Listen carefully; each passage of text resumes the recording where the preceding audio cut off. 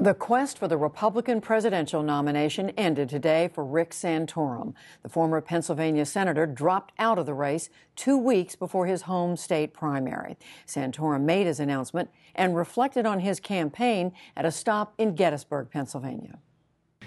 Against all odds, we won 11 states, millions of voters, millions of votes. We won more counties than all the other people in this race combined. Every state I went to, and those of you who followed me around, I would say, I really loved this state. It was a love affair for me, going from state to state and seeing the differences, but seeing the wonderful, wonderful people of this country who care deeply about where this country is going in the future, care deeply about those who are out there paddling alone, who are feeling left behind and in some respects feeling hopeless, and want to do something. Well, ladies and gentlemen, we made a decision to get into this race at our kitchen table and against all the odds. And we made a decision over the weekend that while this presidential race for us is over for me, and we will suspend our campaign effective today, we are not done fighting.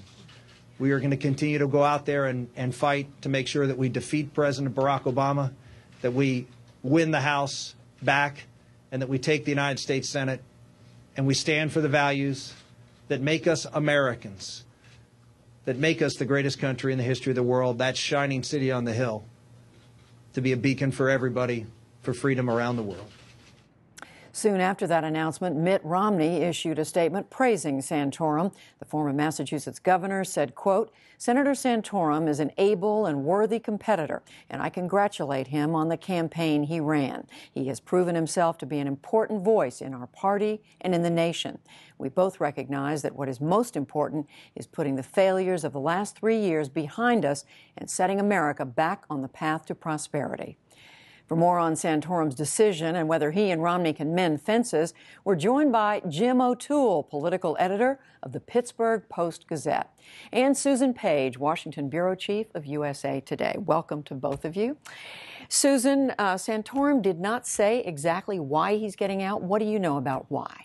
Well, it's not unexpected. I mean, the nomination was Mitt Romney's this morning before Rick Santorum decided to get out, as it is now. But I think a couple factors were in play. One, he has enormously restored his reputation. You know, we used to know him as the guy who lost a Senate re-election campaign in 2006 in Pennsylvania by 18 points. Now we know him as the guy who came in second to Mitt Romney in the quest for the Republican presidential nomination, going on to the Pennsylvania primary and probably losing there, I think, would have cost him some of that luster. And, of course, we also have a personal factor. His 3-year-old daughter, Bella, who struggles with a genetic disorder, was in the hospital this weekend, just released, and I'm sure that was also a factor in his decision to get out. Jim O'Toole, what is your reporting telling you about why he did this right now?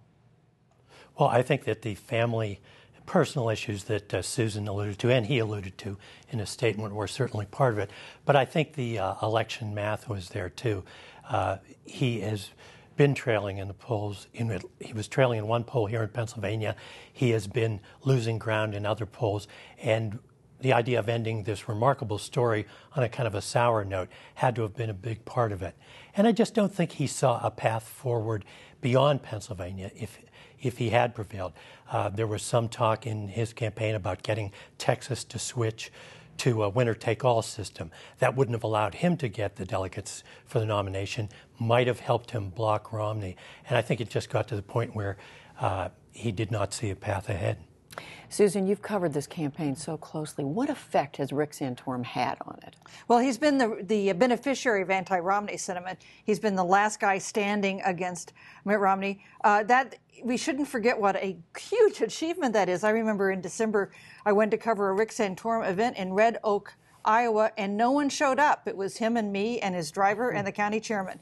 And this is a guy who went ahead and actually won the Iowa caucuses, won 10 other states. And we can only imagine if the dynamic of the race might have been just a little bit different if Iowa had counted its votes correctly that night and he had been declared the winner. And he had gotten credit when it actually happened. Jim O'Toole, what would you add to that? Why you've covered him since he first ran for Congress? Is that right? That's right. And he's always been one to run against the odds. I think he had I mean, luck it often goes with hard work. No one worked harder than Rick Santorum in this race, and the kinds of lonely stops in Iowa that Susan described were the norm for him for months and months.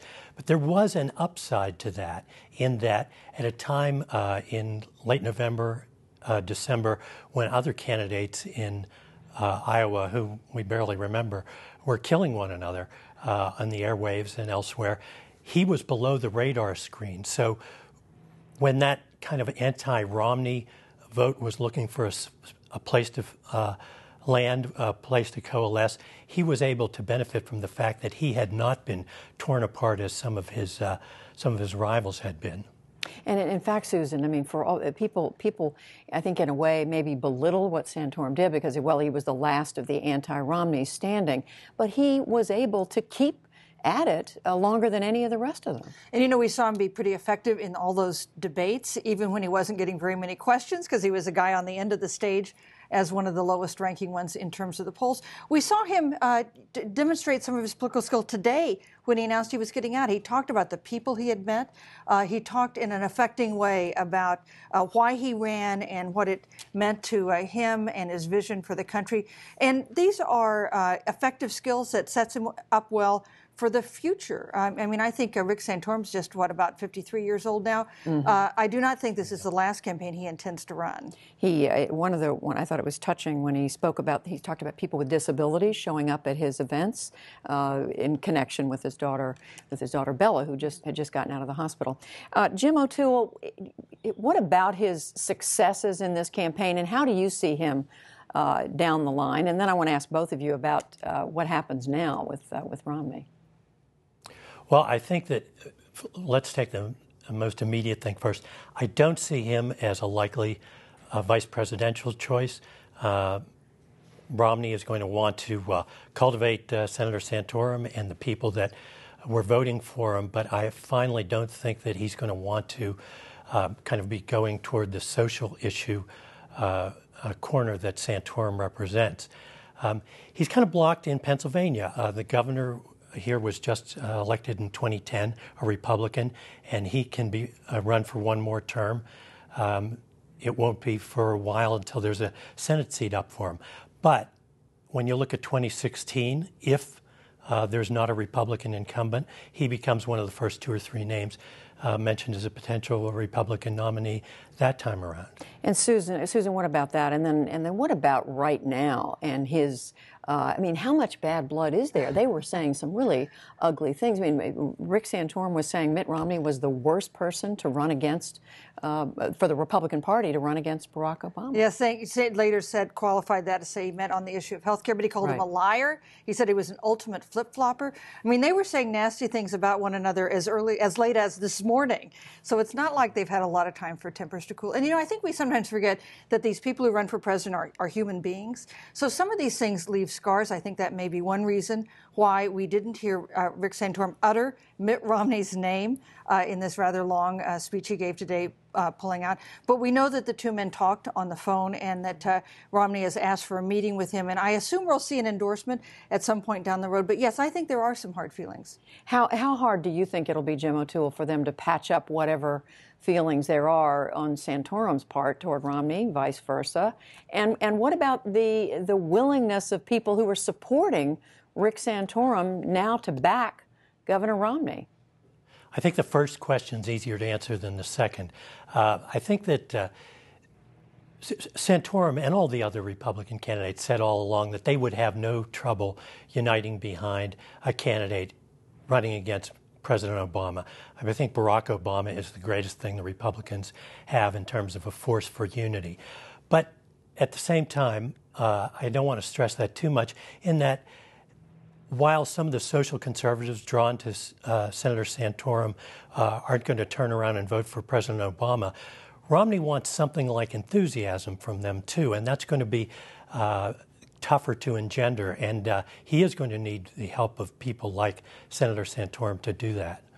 Susan, how do you see that the task ahead for Romney in winning over some of these folks who have been so enthusiastic about Santorum? Well, Rick Santorum, I think, can be helpful. But Jim mentioned Ronald Reagan as a unifier for the Republican Party. I'll tell you someone who is a stronger uniter of the Republican Party today, and that is Barack Obama.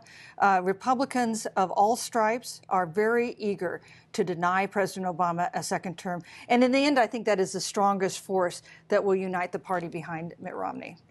We are going to leave it there. Susan Page, Jim O'Toole, we thank you both. Thank you, Judy.